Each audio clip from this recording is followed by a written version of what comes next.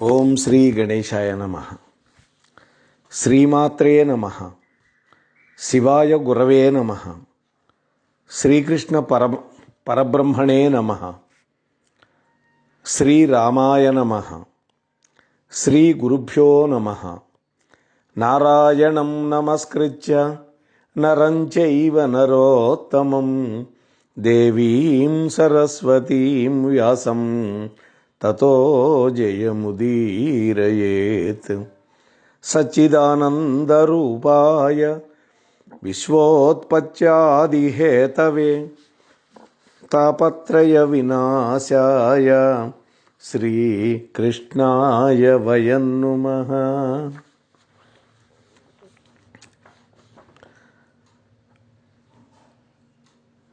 Fulfil your goals అనేటువంటి channel ద్వారా ప్రసారం అవుతున్నటువంటి మహాభారతాన్ని ఆస్వాదిస్తున్నటువంటి మిత్రులకి, ముఖ్యంగా యువతీ యువకులందరికీ కూడా శుభాభినందనలు. 15వ ఎపిసోడ్లో మనం ధర్మరాజుకి జరిగినటువంటి యవ్వరాజ పట్టాభిషేకం, ఆ సందర్భంలో ధృతరాష్ట్రుడి యొక్క కుటిల నీతి, అలాగే కణిక నీతి కూడా చెప్పుకున్నాం. ఆ తర్వాత ధర్మరాజాదులు వారణావతానికి ప్రయాణమై వెళ్ళడం, అక్కడ లక్క ఇంట్లో వాళ్ళందరినీ ప్రవేశపెట్టడం, ఇంతవరకు మనం చెప్పుకున్నాం. ఆ సందర్భంలో పాండవులు పగటిపూట వేట సాకుతో ఆ చుట్టుపక్కల ఉండేటువంటి అరణ్య ప్రాంతాలన్నీ పరిశీలిస్తున్నారు. ఒకవైపు సొరంగం తవ్వకం సాగుతూనే ఉంది. శ్రీకృష్ణ పాండవీయం సినిమాలో కృష్ణ పరమాత్మ వచ్చి భీముడిని నిద్రపోకుండా కాపలాగాయి అని చెప్పినట్టు మనకు కనిపిస్తుంది. అసలుకి కృష్ణుడితో పరిచయం వాళ్ళకి కేవలం ద్రౌపదీదేవి యొక్క స్వయంవరంలో మాత్రమే కలిగింది. అప్పటి వరకు కృష్ణుడు వీళ్ళని చూడలేదు, వీళ్ళు కృష్ణుడిని చూడలేదు. అదంతా సినిమా పైత్యం. సినిమాల్లో చూపించినట్టుగా భీముడు కేవలం తిండిపోతే అనుకుంటే పొరపాటు. భీముడు ఎంత ధర్మంగా మాట్లాడతాడో, ఎంత న్యాయ కోవిదుడో అరణ్య పర్వం చెబుతుంది మనకి, ముందు ముందు వస్తుంది మనకి. కాబట్టి అవన్నీ అబద్ధం. సరే, కాలం గడుస్తోంది. 1 సంవత్సర కాలం గడిచింది. లక్క ఇల్లు దహనం ఎలా చేశారనేటువంటి విషయాలన్నీ ఇప్పుడు 16వ ఎపిసోడ్లో మనం చెప్పుకుంటున్నాం. ధర్మరాజు సోదరులతోటి ముచ్చటించాడు, ఒక పథకాన్ని సిద్ధం చేశాడు. లక్క ఇంటిని ఆనుకొని ఉండేటటువంటి ఆయుధశాలకు గనక నిప్పంటిస్తే ఇల్లు మొత్తం తగలబడిపోతుంది. ఆ పురోచనుడు కూడా అగ్నికి ఆహుతైపోతాడు. అప్పుడు సొరంగం గుండా పాండవులు తప్పించుకోవచ్చు. ఆ దుర్యోధనుడు ఏమనుకుంటాడు, పాండవులందరూ లక్క ఇంట్లో తగలబడిపోయారు అనుకుంటారు. ఇది ధర్మరాజు చెప్పినటువంటి పథకం. కుంతీదేవి ఆ రోజున ప్రత్యేకంగా ఒక అన్నదానాన్ని ఏర్పాటు చేసింది. ఎన్నో దానాలు ఇచ్చింది. ఎంతమందో వచ్చారు, అందరూ భోంచేసి వెళ్ళారు. అయితే ప్రతిదీ కలిసి వస్తుంది దైవానుగ్రహం ఉన్నవాళ్ళకి అనేదానికి ఇది ఉదాహరణ. ఒక పేదరాలైనటువంటి ఒక భిల్ల జాతి స్త్రీ తన 5 బిడ్డలతో భోజనానికి వచ్చింది. మద్యపానం కూడా సేవించింది. సుష్టుగా భోంచేసి తన 5 పిల్లలతోటి ఆ ఇంట్లోనే నిద్రపోయింది, వరండాలో. చూడండి, అర్ధరాత్రి అయింది. పురోచనుడు మత్తుగా నిద్రపోతున్నాడు. వాడు కూడా మృష్టాన్న భోజనం చేశాడుగా, కుంతీదేవి పెట్టింది. పురోచనుడు నిద్రపోతున్నటువంటి గదిలోకి రహస్యంగా వెళ్ళి నిప్పు పెట్టేశాడు భీమసేనుడు. అంటే వాళ్ళు నిప్పు పెట్టాలి అనుకున్న దానికంటే ముందే పెట్టేశాడు, వాళ్ళ ముహూర్తానికంటే భీముడు. చూస్తూ ఉండగానే అగ్నిదేవుడు ఇల్లంతా వ్యాపించాడు. వెంటనే పాండవులు తమ తల్లిని తీసుకొని ఆ కనకుడు తయారు చేసినటువంటి సొరంగ మార్గం ద్వారా బయటికి వెళ్ళిపోయారు. ప్రజలందరూ వచ్చారు. ఆ నిప్పు ముట్టుకోవడం చూసి చాలా బాధపడ్డారు. కొందరు పెద్దగా ఏడిచారు. పాపాత్ముడైనటువంటి దుర్యోధనుడే ఈ ఘోరానికి ఒడిగట్టి ఉంటాడు అని వాళ్ళు అనుకున్నారు. పావనాత్ములైనటువంటి పాండవుల యొక్క మరణానికి వాడే కారణభూతుడు ఈ పురోచనుడే పాపాత్ముడు. వీడి చేతే ఈ పాపకృత్యం చేయించాడు. మహాపాపి అయినటువంటి ఆ పురోచనుడు కూడా తాను చేసినటువంటి పాపానికి ఆహుతైపోయాడు ఈ మంటల్లో అని చెప్పుకుంటున్నారు. చెడపకురా చిడేవు అంటారు కదా మన పెద్దలు. కౌరవులకి చెడ్డ సలహాలు ఇచ్చి పాండవులకి అపకారం చేయాలని భావించిన పురోచనుడు తాను తవ్విన గుంటలో తానే పడిపోయాడు. తాను రగిల్చాలి అనుకున్నటువంటి మంట భీముడి చేత రగిల్చబడి పురోచనుడు కాలిపోయాడు. ఇక్కడ పాండవుల్ని ఏ విధంగా హతమార్చాలి అనేటువంటి ఒకానొక దుష్ట సంకల్పాన్ని పురోచనుడు గొప్ప వ్యూహాన్ని రూపొందిస్తే ధర్మాత్ములైనటువంటి పాండవులను ఏ విధంగా రక్షించాలి అనేటువంటి సత్సంకల్పంతో విదురుడు దానికి ప్రతివ్యూహానికి రచించాడు. పురోచనుడు అగ్నిలో మాడి మసైపోతే విదురుడు అగ్ని సదృశంగా తేజోమయుడై భాసిల్లాడు. ఇది కదా ఎవడైనా సరే ఇతరులకు చెడు చేసే శక్తి తనకున్నా కూడా అలా చెయ్యకుండా ఉండడమే మంచితనం అనిపించుకుంటుంది. అలా తనని తాను నిగ్రహించుకొని సత్వగుణ ప్రధానుడైనటువంటి వ్యక్తి జీవితంలో ఎన్నో మంచి పనులు చేయగలుగుతారు. అలా కాకుండా ఇతరులను బాధ పెట్టాలి అని బతికేవాడు ఉన్నాడే, అటువంటి వాడు పురోచనుడులాగా తన బ్రతుకునే బుగ్గి చేసుకుంటాడు. ఇతరులను బాధ పెట్టి మనం సుఖించలేము అనేటువంటి ఒక గొప్ప సత్యాన్ని ఎవడైతే గ్రహిస్తాడో వాడు మాత్రమే జీవితంలో సుఖపడతాడు. అందుకనే వ్యాసుల వారు అంటారు, తనకి ఇతరులకు కూడా బాధను కలిగించినటువంటి ధర్మాన్ని మాత్రమే మానవుడు ఆదరించాలి అని చెప్తాడు. అంటే తనకు కానీ ఇతరులకు కూడా బాధ కలిగించకూడదు. అంటే ప్రపంచ కళ్యాణం అనేటువంటి విషయాన్ని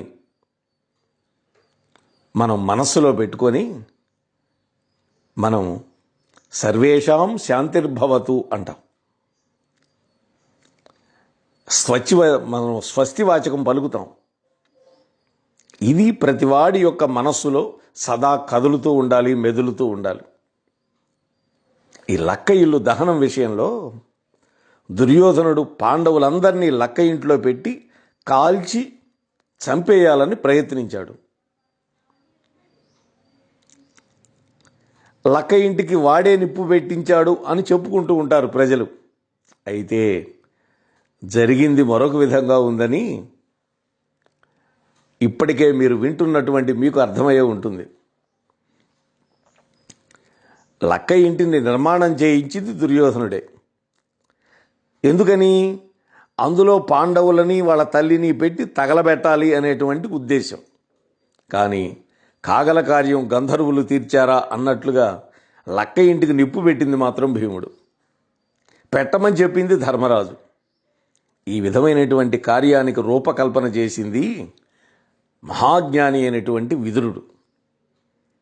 ధర్మాన్ని శిక్షించడానికి అధర్మం గనక ఉద్యమిస్తే ధర్మం తనను తాను గుట్టుగా రక్షించుకుంటుంది. అది ధర్మం యొక్క వైభవం. లక్క ఇల్లు మాత్రం తగలబడేందుకే తయారైంది, అంతే కదా. దాని యొక్క ఉద్దేశం అదే. కానీ దానికి అధర్మం గనక నిప్పు అంటించుంటే ధర్మం నశించిపోయేది. అందుకనే ధర్మమే ఆ నిప్పంటించే కార్యానికి కనుక పూనుకుంటే పురోచనుడు లాంటి అధర్మం నశించిపోతుంది. పాండవుల రూపంలో ఉన్నటువంటి ధర్మం రక్షింపబడుతుంది. ఇది ధర్మ సూక్ష్మం. కాబట్టి ఈ ధర్మ కార్యాన్ని ప్లాన్ చేసినటువంటి వాడెవరంటే విదురుడు. విదురుడు ఎవరో కాదు, సాక్షాత్తు మాండవ్య మహర్షి శాపం వల్ల యమధర్మరాజే విదురుడుగా పుట్టాడని మనం విదురుడి యొక్క జన్మ వృత్తాంతంలో చెప్పుకున్నాం. ధర్మరూపుడైనటువంటి విదురుడు రూపొందించినటువంటి కార్యాన్ని ఎవరు నిర్వహించాలి? ధర్మమే నిర్వహించాలి. అందువల్లనే ఆ కార్యాన్నంతా యమధర్మరాజు అంశతోనే ఒట్టినటువంటి ధర్మరాజే దగ్గరుండి చేశాడు. వారణావతానికి బయలుదేరే ముందు అందరూ వింటుండగానే ఎవడికి అర్థం కాకుండా విదురుడు మార్గాన్ని నిర్దేశం చేశాడు. పాండవులకు కూడా అర్థం కాను, ఒక్క ధర్మరాజుకు తప్ప. అటువంటి ధర్మరహస్యాన్ని ధర్మనందనుడైనటువంటి ధర్మరాజు మాత్రమే గ్రహించాడు, తల్లికి చెప్పాడు అడిగినప్పుడు.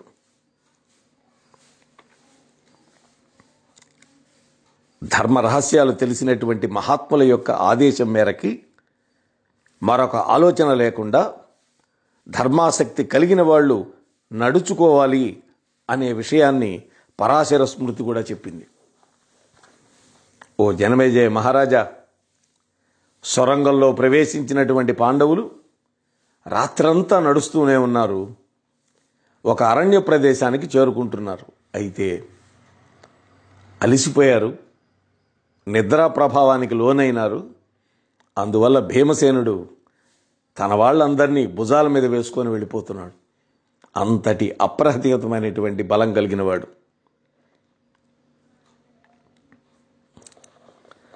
తెల్లవారింది కదా, ఇక్కడ వాళ్ళు అరణ్యంలోకి వెళ్ళిపోయినారు. ఈ సొరంగం తవ్విన వాడు ఎవడున్నాడో ఆ కనకుడు వాడొచ్చి ఎవడికి అనుమానం రాకుండా ఆ సొరంగ మార్గాన్ని మూసేశాడు. ఇది అక్కడ విశేషం. వచ్చి చూశారు, అక్కడ ఒక స్త్రీ 5 శవాలు కనపడ్డాయి.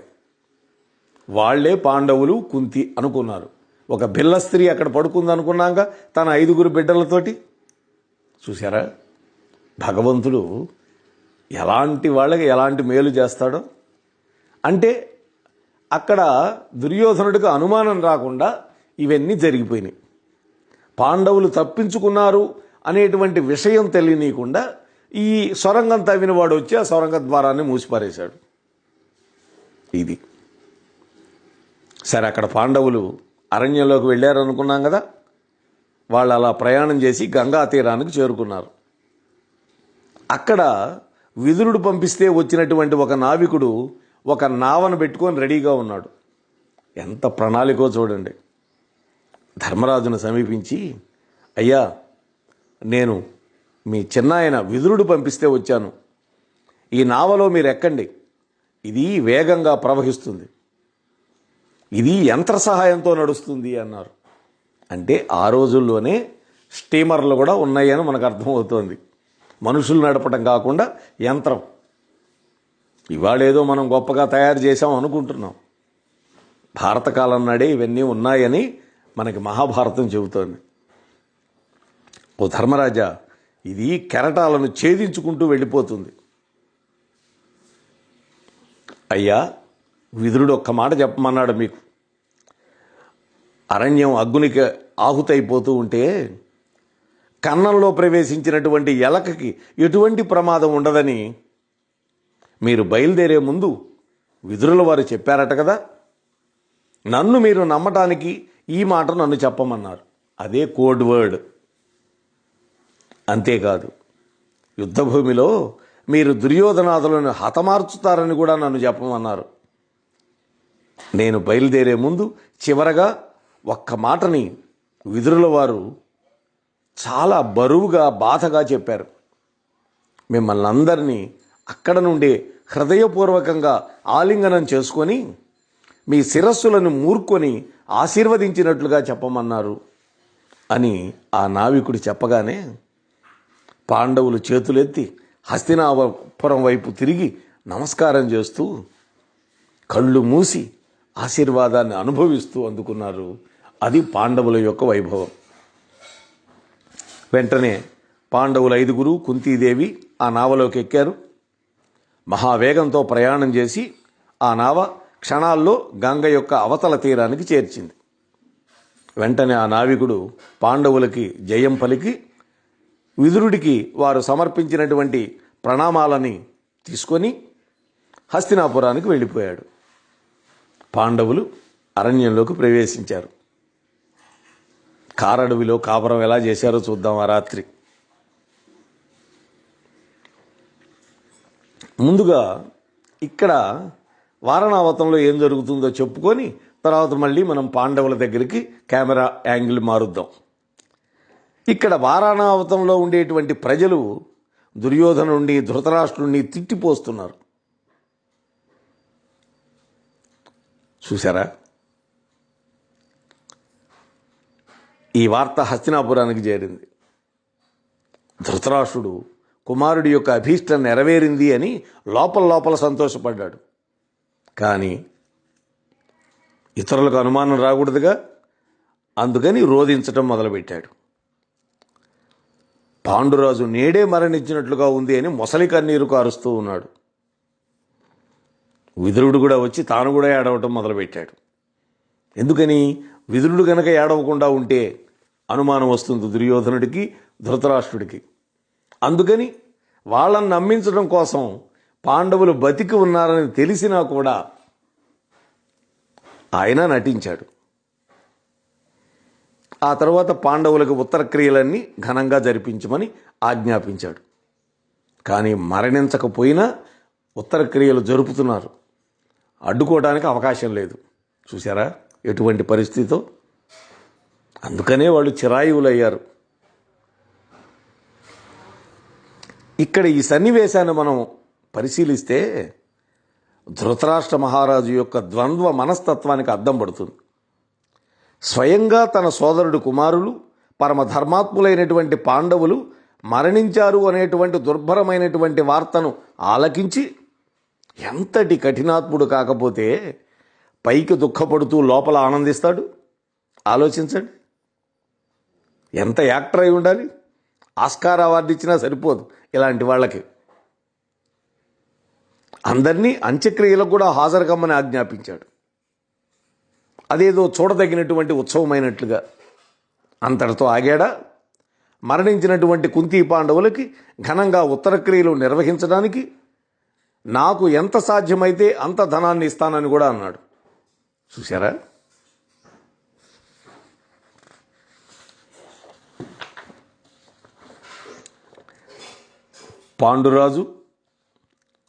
పాండురాజు యొక్క కొడుకులు సంపాదించినటువంటి రాజ్యాన్ని అనుభవిస్తూ తాను తన కుమారులు ఆ రాజ్యం నుండి వాళ్ళందరినీ దూరంగా తరిమేసి వారణావతం అనేటువంటి మిషబెట్టి వాళ్ళిప్పుడు ఈ లోకంలో నుండి దూరమయ్యారనేటువంటి వార్త విని వాళ్ళ అంత్యక్రియలకు నాకు సాధ్యమైనంత ఒకటి ధన సహాయం చేస్తాడని పలికేటటువంటి కర్కశ హృదయుణ్ణి ధృతరాష్ట్రుని కాక మరొకరిని మనం చూడగలమా? ఇదంతా ఎందుకు అనుకుంటున్నామంటే మనం కౌరవ సామ్రాజ్యం నాశనం అయ్యేంత వరకు ఈ ధృతరాష్ట్రుడు ద్వంద్వ మనస్తత్వంతో దాగుడు మూతలు ఆడుతూనే ఉంటాడు. మొసలి కన్నీళ్లు కారుస్తూనే ఉంటాడు. అలాగే కురుపాండవ సంగ్రామానికి ముహూర్తం పెడుతూనే ఉంటాడు. ఇది ఇతడి యొక్క స్వభావం. భీష్ముడు, ధృతరాష్ట్రుడు, విదురుడు, దుర్యోధనాదులు అందరూ కూడా గంగా తీరానికి వెళ్ళారు. అక్కడ కర్మకాండ జరిపించి అందరికీ జలాంజలులు విడిచిపెట్టారు. అలాగే తిలాంజలులు కూడా విడిచిపెట్టారు. నువ్వులతో నీళ్లు విడిచిపెడతారు దాయాదులు, మిగిలిన వాళ్ళు ఉత్త నీళ్లు విడిచిపెడతారు. అందరూ దుఃఖపడ్డారు. వాళ్లలో తక్కువ విషాదంతో గోచరించింది మాత్రం విదురుడు అక్కడే.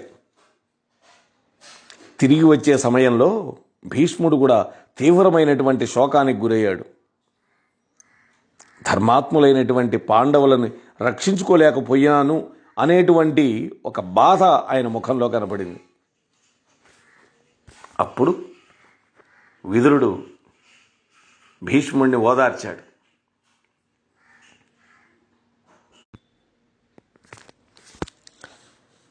భీష్ముడిని వెంట పెట్టుకొని కొంత దూరం గంగా తీరంలో నడిచాడు విదురుడు. ఆ తర్వాత ఏకాంతంలో జరిగినటువంటి విషయం అంతా కూడా చక్కగా చెప్పేశాడు. దుర్యోధనుడి యొక్క దుష్ట ప్రణాళిక తనకు ముందే తెలియటం వల్ల పాండవులని వాళ్ళ తల్లి కుంతీదేవిని తాను రక్షించగలిగానని విదురుడు చెప్పాడు. భీష్ముడు చాలా సంతోషపడ్డాడు. నాయన విదుర, ఆనాడు గరుత్మంతుడు తన తల్లి అయినటువంటి వినతాదేవిని రక్షించినట్లుగా నీవు పాండవులను రక్షించావు అని భీష్ముడు విదురుణ్ణి ఆలింగనం చేసుకున్నాడు. పాండవులకు జరిగినటువంటి అన్యాయానికి బాధపడ్డాడు. అప్పుడు విదురుడు అంటున్నాడు, మహాత్మా భీష్మ, మీరు విచారించద్దు. పాండవులు సజీవంగానే ఉన్నారు. వాళ్ళని మన నుండి విడదీసినటువంటి కాలమే మళ్ళీ మనతో కలుపుతుంది అని ఓదార్చాడు. ఓ జనమేజయ మహారాజా, ఈ విధంగా లక్క ఇంటి నుండి సురక్షితంగా బయటపడినటువంటి పాండవులు భయంకరమైనటువంటి అరణ్యంలోకి ప్రవేశించారు అని వైశంపాయనుడు జనమేజయుడికి చెబుతున్నాడు అని సూత పౌరాణికుడు శౌనకాది ఋషులకి నైమిషారణ్యంలో చెబుతూ ఉంటే యథాశక్తిగా నేను కూడా మీతో పంచుకుంటూ ఉన్నాను. ఈ విధంగా కీకారణ్యంలో ఆ రాత్రిపూట నడిచి వెళుతూ ఉన్నారు పాండవులు. అందరూ బాగా అలసిపోయారు. నాయన భీమసేన, ఇక అడుగు కూడా ముందుకు వేయలేకపోతున్నాం, నడవలేం, మమ్మల్ని నీవే భరించాలి అన్నాడు ధర్మరాజు. ఆహా, భీముడు 10,000 ఏనుగుల బలం కలిగినవాడు.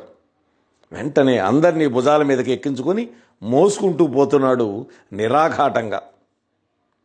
ఆలనాడు నాగలోకంలో అద్భుతమైనటువంటి రసాన్ని పానం చేసినటువంటి భీముడికి 10,000 ఏనుగుల బలం ఉంది కదా. అటువంటి భీమసేనుడు 5 మందిని తల్లిని ఎత్తుకొని సునాయాసంగా మోస్తూ ఉంటే ఎలా ఉందిట అంటే, మన యొక్క భుజం మీద ఒక ఉత్తరీయం వేస్తే ఎంత బరువు ఉంటుందో అంత సునాయాసంగా వెళ్ళిపోతున్నాడు. ఈ విధంగా కొన్ని చోట్ల పరిగెత్తుతున్నట్ట భీముడు. నదులు అడ్డం వచ్చినప్పుడు కుంతీదేవిని వీపు మీద కూర్చోబెట్టుకుని ఈత కొడుతున్నాడు భీముడు. ఈ విధంగా అరణ్యంలో ప్రయాణం చేస్తున్నారు.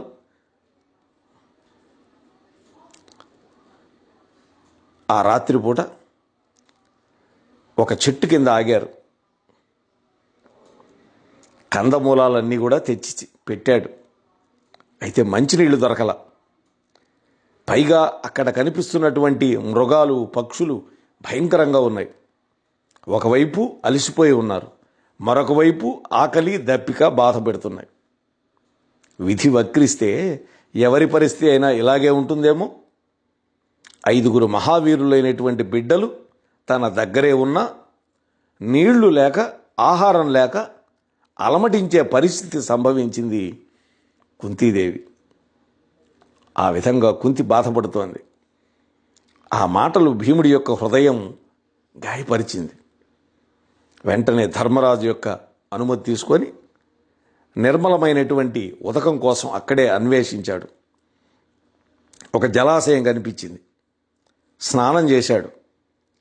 చెమట పట్టి ఉంది కదా, ఆ ప్రక్కనే నిర్మలమైనటువంటి జలం ఉంటే చెట్ల ఆకులని డొప్పలుగా చేసుకొని చక్కగా తాను తాగి నీళ్లు పట్టుకొచ్చాడు అందరికీ. ఇక కుంతి పాండవులు ఆ ఆహారం తీసుకొని ఆ నీళ్లు తాగి ఆదమరిచి నిద్రపోతూ ఉన్నారు. వాళ్ళు ఆ విధంగా అరణ్యంలో కటిక నేల మీద పడుకొని ఉండడం చూసి భీమసేనుడు తీవ్రంగా దుఃఖపడ్డాడు. ఆహా, పట్టు పరుపుల మీద పడుకునేటటువంటి నా సోదరులు, మా తల్లి ఈ విధంగా కటిక నేల మీద కనీసం పరుచుకోవడానికి వస్త్రం కూడా లేకుండా చేతినే తలగడగా పెట్టుకొని పడుకొని నిద్రపోతున్నారే. నిద్ర సుఖం ఎరగదంటారు పెద్దలు. అందుకని ఆ దుర్యోధనుడిని మనస్సులో భావిస్తూ కోడెత్రాచులాగా బుసలు కొడుతూ ఉన్నాడు భీమసేనుడు. వాళ్ళు ఆ విధంగా నిద్రపోతూ ఉంటే తాను మెళకువతో ఉండి కాపలా కాస్తున్నాడు. ఎందుకని ఘోరమైనటువంటి అరణ్యం, క్రూర జంతువులు ఉంటాయి, అలాగే రాక్షసులు కూడా తిరుగుతూ ఉంటారు అక్కడ. ఈ విధంగా వజ్రకాయుడైనటువంటి భీమసేనుడు కాపలా కాస్తూ ఉన్నాడు. పాండవులు నిద్రపోతున్నటువంటి ప్రాంతానికి దగ్గరలోనే హిడింబాసురుడు అనేటువంటి ఒక రాక్షసుడు ఉన్నాడు. వాడికి ఓ చెల్లెలుంది, దాని పేరు హిడింబ. ఈ హిడింబాసురుడు నరవాసన సోకింది వాడికి, ముక్కులకి. సంతోషంగా సోదరిని పిలిచాడు. ఓ సోదరి హిడింబ, అదిగో నాకు ఈ దగ్గరలోనే నరమాంసం వాసన వస్తోంది, నరుల వాసన. ఇవాళ మనకి ఎంతో శుభదినం. రుచికరమైనటువంటి మానవుల యొక్క మాంసం చాలా కాలం నుంచి మనకు దొరకటల్లా. నా నోరు ఊరిపోతోంది. ఓ చెల్లి, నువ్వు తొందరగా వెళ్ళి వాళ్ళని చంపి తీసుకురా, హాయిగా మన ఇద్దరం కూర్చొని ఆరగిద్దామన్నారు. హిడింబ బయలుదేరి వచ్చింది. నిద్రపోతూ ఉన్నటువంటి 5గురిని చూసింది. 4 మగవాళ్ళు, ఒక స్త్రీ. అక్కడే కాపలా కాస్తున్నాడు ఒక అద్భుతమైనటువంటి సౌందర్య రాశి, అలాగే దృఢమైనటువంటి కాయం కలిగినవాడు. భీముణ్ణి చూడగానే ఆమెలో ఉన్నటువంటి కాముడు నిద్రలేచాడు. ఆహా, ఏమిటి ఇతడి యొక్క సౌందర్యం, ఎంత కండ పట్టి ఉన్నాడు. ఇతన్ని భర్తగా పొందితే నా జన్మ ధన్యమవుతుంది. మా అన్నయ్య చెప్పినటువంటి పని పక్కన పెట్టేసి నా ఆనందానికి బాట వేసుకుంటాను. సోదర ప్రేమ కంటే పతిభక్తి గొప్పది కదా అని తనలో తాను పైత్య ప్రకోపంతో మాట్లాడుకుంటూ ఉన్నది. శంఖం వంటి కంఠం కలిగినవాడు, కమలాల వంటి నేత్రాలు కలిగినవాడు ఈ కుర్రవాడు. ఇతడే నాకు తగిన భర్త అనుకున్నది హిడింబ. సోదర ప్రేమ కంటే ఇప్పుడు నాకు కాబోయే భర్త పేరు మీదనే నాకు ప్రేమ ఎక్కువ అనుకొని, ఇక్కడ హిడింబ రాక్షసి అయినా కూడా ఆమెలో కొన్ని మానవ లక్షణాలు, ఉత్తమ మానవ లక్షణాలు, ఆచార వ్యవహారాలు చాలా ఆదర్శంగా కనిపిస్తాయి మనకి. ఒకే తల్లి గర్భంలో జన్మించి ఒకే ప్రదర్శనలో పరస్పర ప్రేమానురాగాలతో పెరిగారు ఈ ఇద్దరు, హిడింబాసురుడు హిడింబ. అయినా కూడా పెళ్లి కాగానే స్త్రీలు మాత్రం ఒక్కసారిగా తమ హృదయంలోని ప్రేమంతా భర్తకి సమర్పిస్తారు కదా. ఆ తర్వాత అన్నైనా నాన్నైనా భర్త తర్వాతే. అదే కదా భారతీయ వైవాహిక బంధం.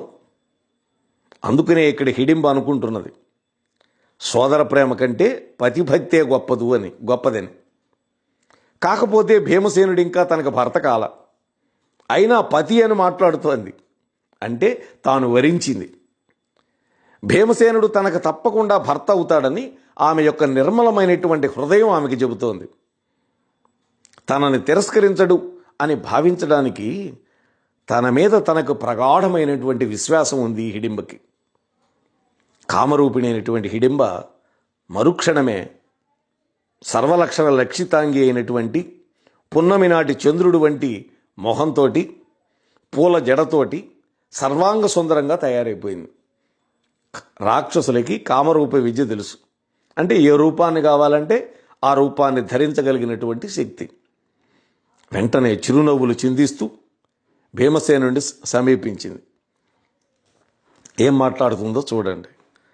ఓ మదన సుందర, మానవాకారంలో ఉన్నటువంటి మనోహరమైనటువంటి మన్మధుడివా?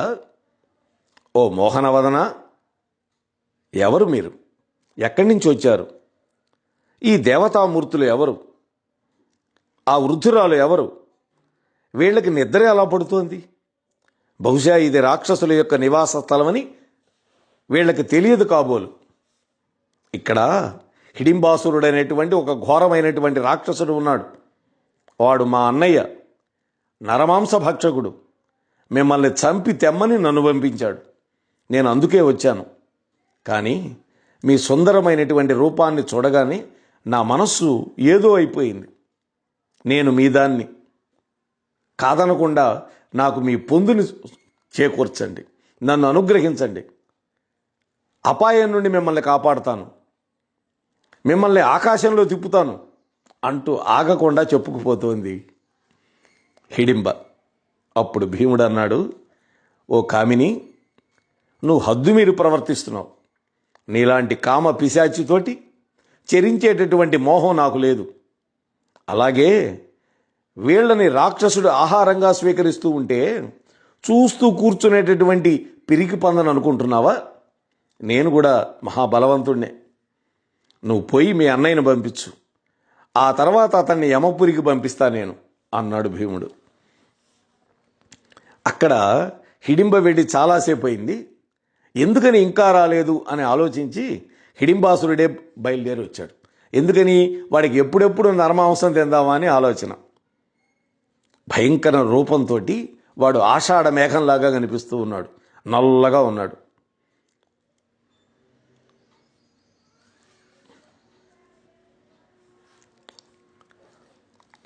వెంటనే ఆ హిడింబ అన్నది, ఓ సుందరాకారా, ఇప్పుడు కావలసింది మనకు తొందర.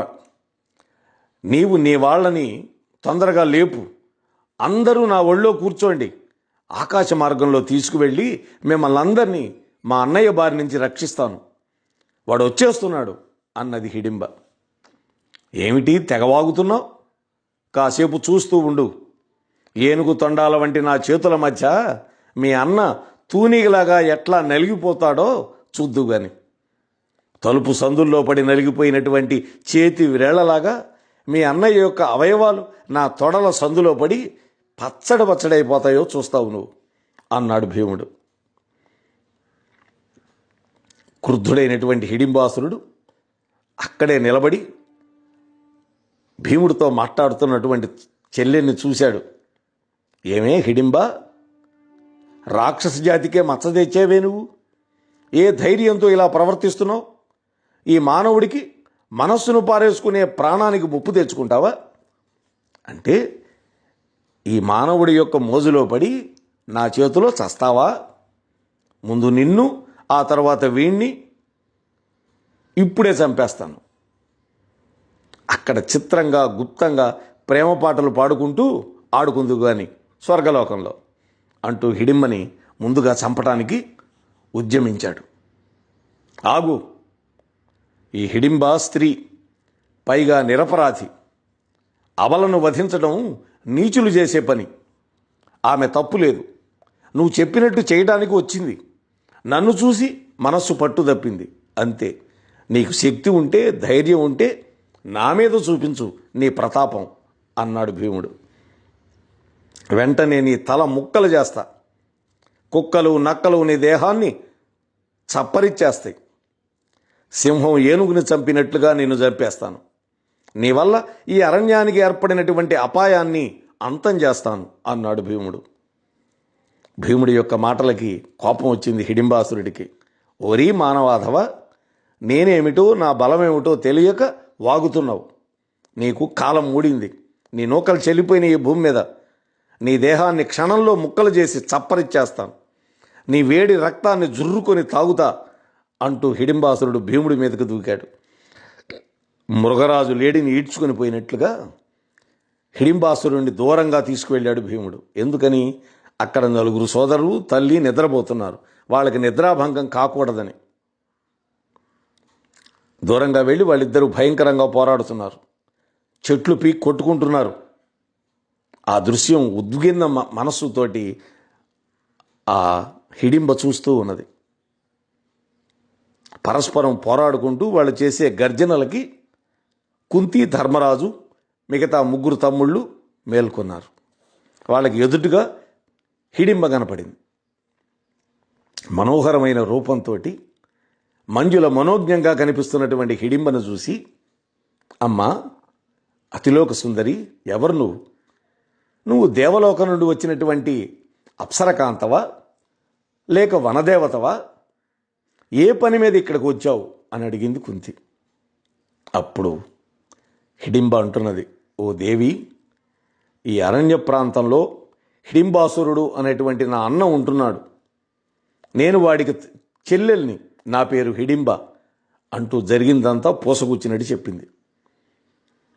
భీముడు, హిడింబాసురులు యుద్ధం చేస్తున్నారని తెలియగానే పాండవులు చివుక్కున లేచి బయలుదేరారు. అక్కడికి భీముడున్న చోటకు వచ్చేశారు నలుగురు.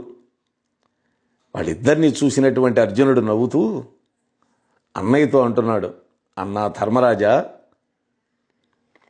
చూస్తూ ఉండండి అని అంటూ భీముడితో మాట్లాడుతున్నాడు. ఓ భీమసేన, నీ భుజబలాన్ని ప్రదర్శించడానికి ఇది అనువైన సమయం కాదు. సంధ్యాకాలం రాక్షసులకి బలం పెరుగుతుంది రాత్రిపూట. అదే కాకుండా ఇప్పుడు మనకి కాలం చాలా విలువైంది. అందుకని అతడితో ఆటలాడకుండా వెంటనే చంపేసేయి. అంతే, మరుక్షణమే హిడింబాసురుణ్ణి వధించేశాడు భీమసేనుడు. ముద్ద కింద కొట్టాడు, చపాతీ పిండి కింద. సోదరుడి యొక్క మరణాన్ని హిడింబ అలా చూస్తూ ఉండిపోయింది. ఇక్కడ హిడింబని కుంతీదేవి అడిగింది, అమ్మా నువ్వెవరు అని అడిగింది కదా. అప్పుడు నేను రాక్షస జాతి స్త్రీలని నిజం దాచకుండా చెప్పింది హిడింబ. భీమసేనుడు అడిగినప్పుడు కూడా అలాగే నిజం చెప్పింది. రాక్షసి ఆకారంలో కనిపిస్తే భీమసేనుడు భయపడిపోయి నన్ను వరించడేమో అని సందేహపడి సుందరమైనటువంటి రూపాన్ని పొందిందే కానీ ఆమె మనస్సు మాత్రం మాయామర్మాలు లేకుండా పవిత్రంగా ఉందని మనం గమనించాలి. ఇక్కడ కొంతమంది కర్కశంగా ప్రవర్తిస్తూ అనుకుంటారు నా మనస్సు కుసుమ కోమలం అంటూ ఉంటారు, నీచ కార్యాలను చేస్తూ ఉంటారు. అలా నీచమైన పనులు చేస్తూ కూడా తమ యొక్క కీర్తి మహోన్నతమని కూడా మహా ఉపన్యాసాలు చేస్తుంటారు. కానీ హిడింబను చూడండి, పుట్టింది రాక్షస జాతిలో, పైకి రూపం రమణీయంగా ఉన్నది, కానీ తాను రాక్షసిని అనేటువంటి సత్యం చెప్పింది. మానవ జన్మ ఎత్తి అబద్ధాలతోనే పబ్బం గడుపుకునేవాళ్ళు మానవుల్లో గోచరిస్తూ ఉన్నా కూడా రాక్షసి జన్మ ఎత్తినా కూడా దైవీ లక్షణాలు కలిగినటువంటి హిడింబ సత్యవచనాలు మాత్రమే పలుకుతుంది అంటే మనం ఎంత సిగ్గుపడాలో ఆలోచించాలి. అందుకనే నహి సత్యాత్పరో ధర్మహం నానృతాత్పాతకం మహత్. సత్య భాషణానికి మించినటువంటి ధర్మం లేదు, అసత్య భాషణానికి మించిన పాతకము లేదని వేదవ్యాసుల వారు బ్రహ్మ వైవర్త పురాణంలో చెప్పాడు.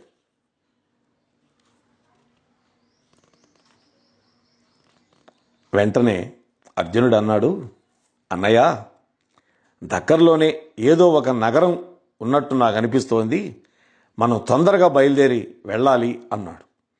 అందరూ ప్రయాణం అయ్యారు. హిడింబ కూడా వాళ్ళని అనుసరించింది. కొంత దూరం ప్రయాణం సాగింది. హిడింబ కుంతీదేవికి ధర్మరాజుకి నమస్కరించింది.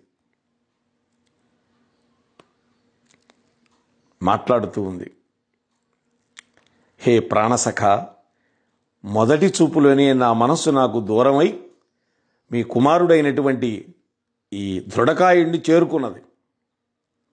మా అన్నయ్యను మీరు చంపేస్తున్నా కూడా మీ మీద నాకున్నటువంటి ప్రేమ నన్ను ఉదాసీనంగా ఉండేటట్టు చేసింది.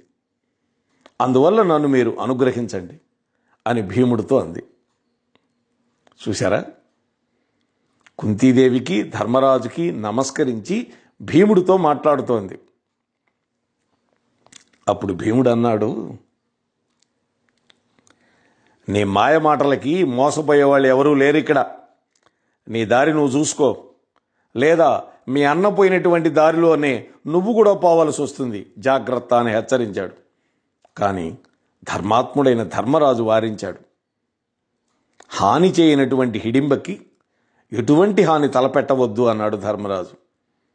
అప్పుడు హిడింబ మళ్ళీ కుంతీదేవికి నమస్కరించి, ఓ దేవి, కామవశురాలైనటువంటి స్త్రీ యొక్క హృదయం ఎంతగా తల్లడిల్లిపోతుందో ఒక స్త్రీ అయినటువంటి మీకు నేను చెప్పక్కర్లేదు. నేను మీ బిడ్డ అయినటువంటి భీమసేనుణ్ణి ఆశించి నా అన్నయ్యని విడిచిపెట్టాను. ఈ మహాత్ముడు గనక నన్ను కాదంటే నేను జీవించలేను. నేను మీకు భవిష్యత్తులో అనేక సేవలు అందిస్తాను. మీరు కోరిన వెంటనే మీ ముందు ప్రత్యక్షం కాగలిగిన శక్తి నాకుంది. నన్ను దయచూసి మీ బిడ్డను నాకు భర్తగా అనుగ్రహించండి నాకు భూత భవిష్యత్తులను చూసేటటువంటి అద్భుతమైనటువంటి శక్తి ఉన్నది. మీకు శుభం కలుగుతుంది.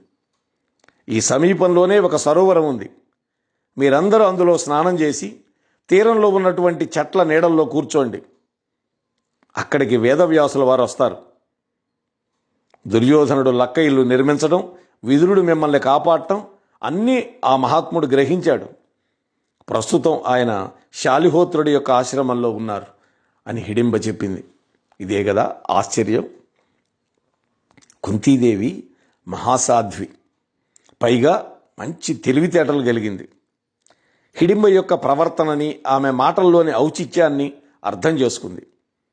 హిడింబ అబద్ధం చెప్పడం లేదు.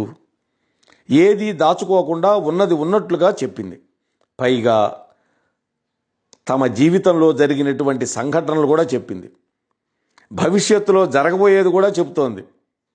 ప్రస్తుతం తాము ఎదుర్కొంటున్నటువంటి దారుణ పరిస్థితుల్లో ఈ హిడింబ యొక్క సాయం అవసరమవుతుంది అని గ్రహించింది కుంతి.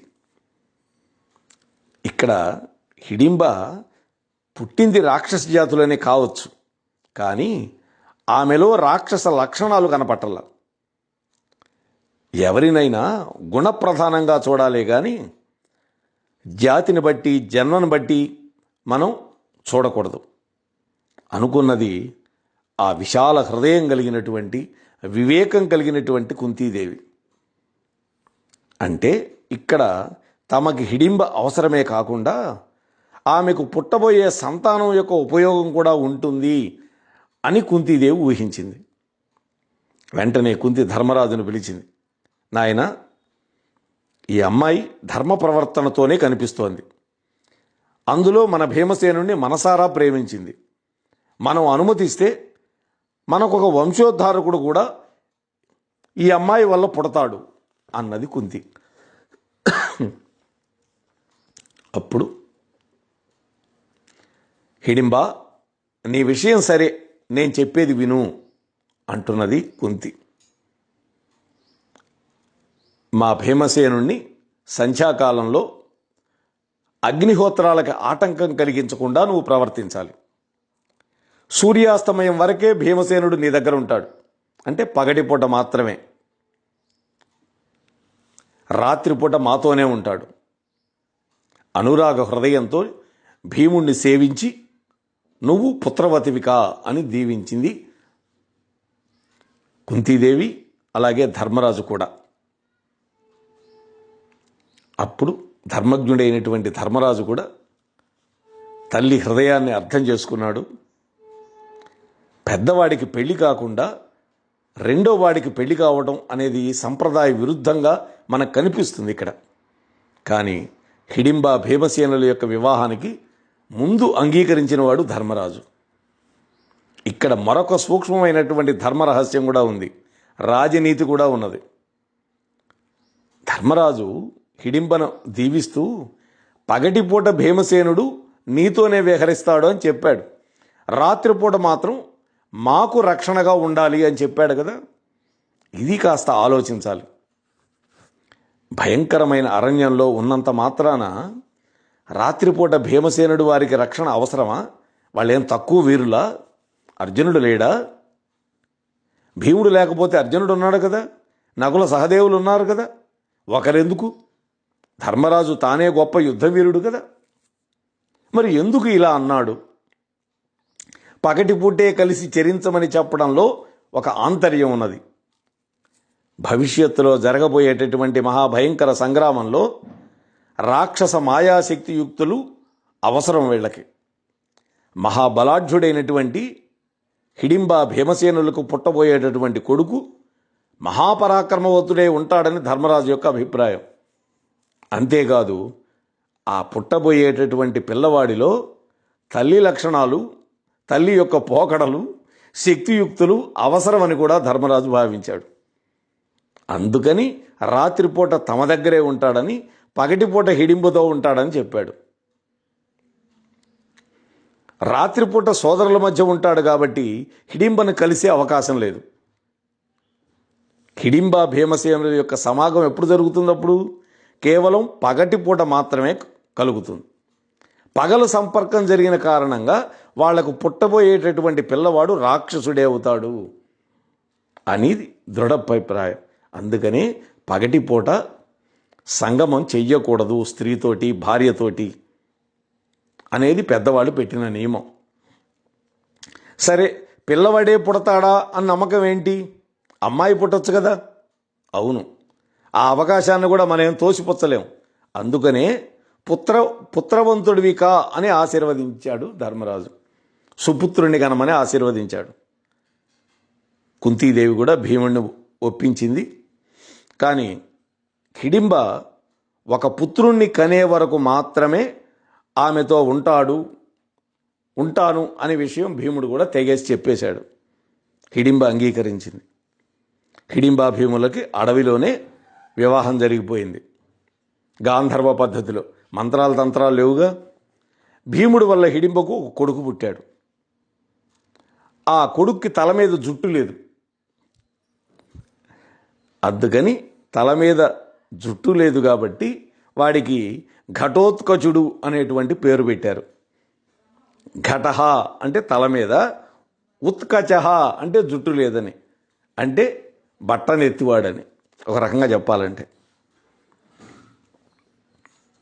అప్పుడు